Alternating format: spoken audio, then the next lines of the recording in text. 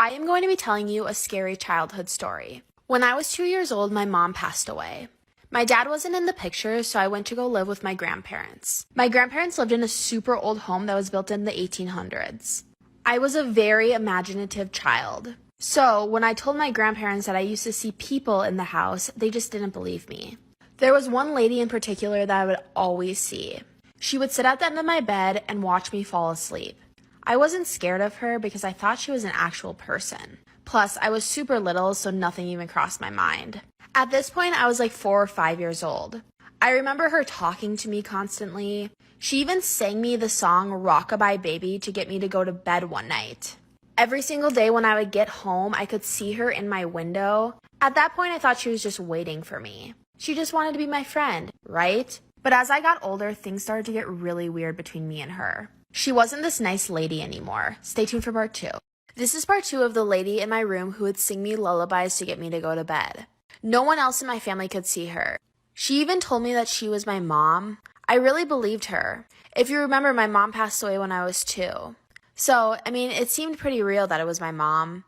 I didn't really remember what my mom's face looked like when she passed away. And this lady, could be my mom. She continued to sing me lullabies every single night when I would go to bed. She would always be waiting for me in the window when I would get home from school. But I figured out pretty quickly it wasn't my mom. My mom was a sweet, kind-hearted person. This spirit was evil. She would get mad at me every single time any of my friends would come over. She told me she could see my future and that I was going to go to hell after I died in a car accident.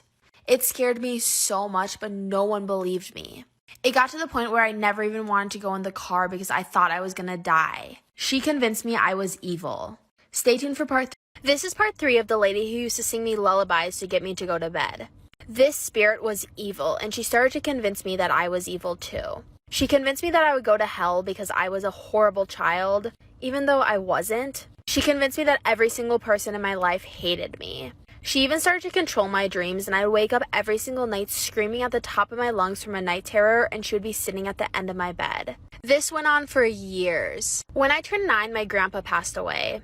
And because it was a really big house, me and my grandma moved to a different house. And the evil spirit was just gone. I never saw her again. But was she really gone? When I was 15, I went to a psychic. The moment I walked into the room, she could feel a dark energy enter the room. She told me that someone was following me every single step I took. And when she said that, I knew exactly what she was talking about. After that, I went to a medium, and after many sessions with her, the dark presence was finally gone. This story is why you should never mess with the Ouija boards. We moved into my dad's girlfriend's house where one of her daughters lived upstairs, my brother lived upstairs, her other daughter lived down in the basement, along with me who lived in a makeshift room in the basement. One night, me and her 2 daughters decided to buy an Ouija board. After my dad and his girlfriend went to bed, me and her daughters all went downstairs, grabbed a bunch of candles, set up the Ouija board, and grabbed a bunch of our great-grandparents' stuff. We wanted to see if any of our great-grandparents would talk to us. We were so excited because the Ouija board was working and things were moving it. We asked what the spirit's name was, expecting it to be one of our great-grandparents, but it said its name was Tick. T-I-C. We asked it to repeat it again, and it spelled out T-I-C. We knew that it wasn't one of our great-grandparents. Stay tuned for part 2. This is part 2 of why you should never do an Ouija board. So after it said its name was Tick, we asked how old it was. The spirit responded with 9 years old. We asked what gender it was. There was no response. We knew for sure at this point we were not talking to one of our great-grandparents. I wanted to stop right then and there. I was really freaked out and I knew that we weren't talking to something good, but my older stepsister wanted to keep going. So out of peer pressure, of course, I kept going. She asked if it was human. Its response was no. We asked if we were safe. The spirit said yes, but I really didn't feel safe. We asked if the spirit was stuck in the house. The response was yes. The next thing my older stepsister asked, which I really wish she didn't, is if Tick was the only one there with us. The response was no. 60 seconds is not enough time for the story, and the story is really long, so stay tuned for part 3. This is part 3 to the Ouija board story, and why you should never use an Ouija board. So my older stepsister asked if Tick was the only one there with us. The answer was no. She asked if all the spirits there with us were good spirits.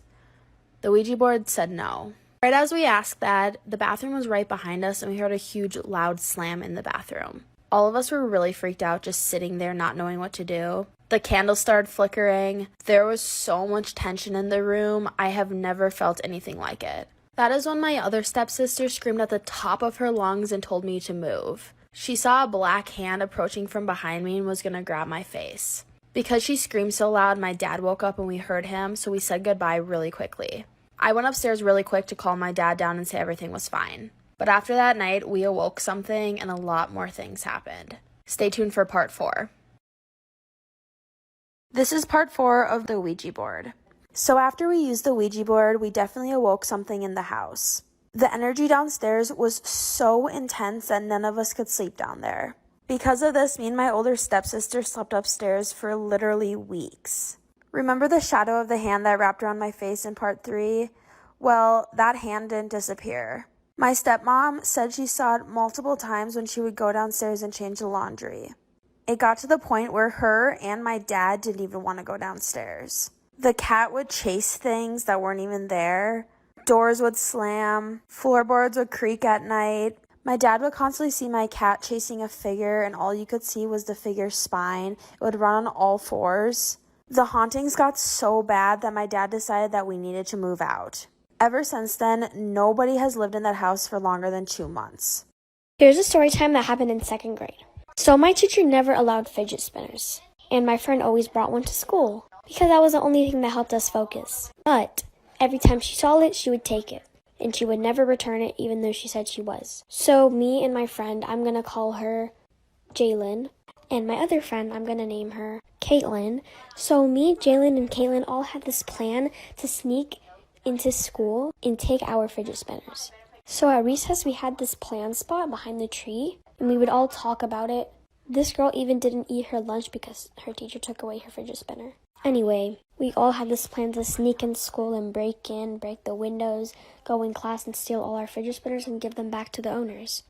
But every time we talk about it, we'd get caught by this one kid named Nathan, and he would all go tell the teacher. But the teacher didn't care, obviously, because she knew we weren't going to do it. Like for part 2. Okay, part 2 of the fidget spinners. Okay, so as you know, Nathan was going to tell on us, and the teacher obviously didn't believe us because we were little kids and he knew we wouldn't do that. So we all had a plan that the next day we would all meet up at the playground in the school at 6 p.m. So that day, no one showed up. I didn't even show up. And the next day at school, we all got mad at each other for not showing up, and we all said we showed up, but you guys didn't. And I didn't show up. My friend didn't show up. None of us showed up. But we just lied about showing up. So we just gave up, and we just never did it again because we knew we would never get our fidget spinners. This is why I never trust anybody off of Roblox. A few years ago on Roblox, when I started playing Roblox, I would join a bunch of games and friend everybody in the game. I would even join different servers to friend more people. But this one time, I joined a server, and I was very interested in the game, so I didn't friend anybody in that one. But I got a friend request from a girl named Ladybug134. Her name sounded very cool at the time, in my opinion, and I accepted it. Then I left the game to start chatting with her. She started chatting with me about saying, can I make a group chat with you and my friend on Roblox? I said, sure, why not? Because I meant we're friends. Then in the group chat, I was saying hi, hello, and stuff like that, and the weird little XDs, emojis, and stuff like that. I was getting kind of confused because nobody else was talking in the chat. You will not believe what they chatted. Hey guys, today I'm going to tell you how I scammed my rich friend and Adopt Me and how it went completely wrong. So from what I thought, she would scam people every single day for the pets that she had. And I only thought that because I saw her do it a couple times. And when I tell you this girl was rich, I mean she was rich. So one day, I was at her house, and we were just playing Adopt Me, and when she went to go up to the bathroom, I took her iPad, and I traded myself, and I traded all her pets to my account. And by the way, I had traded all the pets to an alt account so that she wouldn't see them in my inventory. So soon enough, she came back from the bathroom, and she had a meltdown. And she knew that it wasn't me because she knows that I wouldn't do something like that, and she saw my inventory. So then she goes running to her dad sobbing, telling him about it. And remind you, they are a really wealthy family. And then I was confused because he started screaming at her over these virtual pets. And then he said this. Hi, so here's a story time on how my Roblox friend used me for my pets. So one day I was in Adopt Me, and this guy had his frost dragon out. I had just got my frost dragon at this time, so I was really excited to meet a friend. I took out my frost dragon and we just started talking. We talked for a while, and then he mentioned that he had to level up his frost dragon so he could make a neon. He said that was his last frost dragon to level up, and it was almost a full grown, so I let him do his tasks. Well, I waited there for about 30 minutes, and then he comes back up to me and he's like, okay, wanna watch me make my neon frost? I said, yeah, of course. So we go down to make the neon frost. And this one guy follows us. He has no importance to the story, but I don't know, he just follows us. So we get there, and as soon as he's about to make the neon frost, he says AFK. He's AFK for a while, too. Then I start to not believe him. Part 2 coming soon. Hi, here's part 2. So the guy says AFK. He's AFK for a while, and then he says he has to go. We both add each other, and then the next day he joins my game. He says, I'm making a neon dingo. Can I please have a free dingo? I had a bunch of dingoes, so I said yeah. So I gave him a dingo. Then he's like, do you have 4 of any pets? And I'm like, yeah, I have 4 dodos. And he's like, oh, cool, a neon dodo is my dream pet.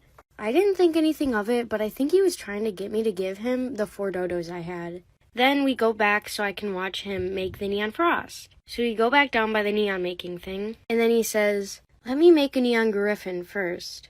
I said, okay. And then a neon griffin appears in the middle. But the thing is, the griffin is halfway through flare. Wow, this story time kind of blew up. Thank you guys for that, but here's part 3. So he makes this neon griffin. It comes out halfway through flare, which if you play Adopt Me, you know that when you make it, it comes as reborn. So I didn't jump to conclusions just yet. I thought maybe he was just trying to impress me or something. So then he says, okay, let me make my neon frost now. He pretends to put the frost dragons in, and then he stops, and he doesn't do anything for a solid 2 minutes. And then he's like, oh no, I only have 3 frosts. If only I had 4. Then I'm like, oh sorry, you'll get one someday. And then he's like, yeah. I wish I had one now, though. It's my dream pet. But didn't he just say the dodo was his dream pet? Then he starts begging me for the frog.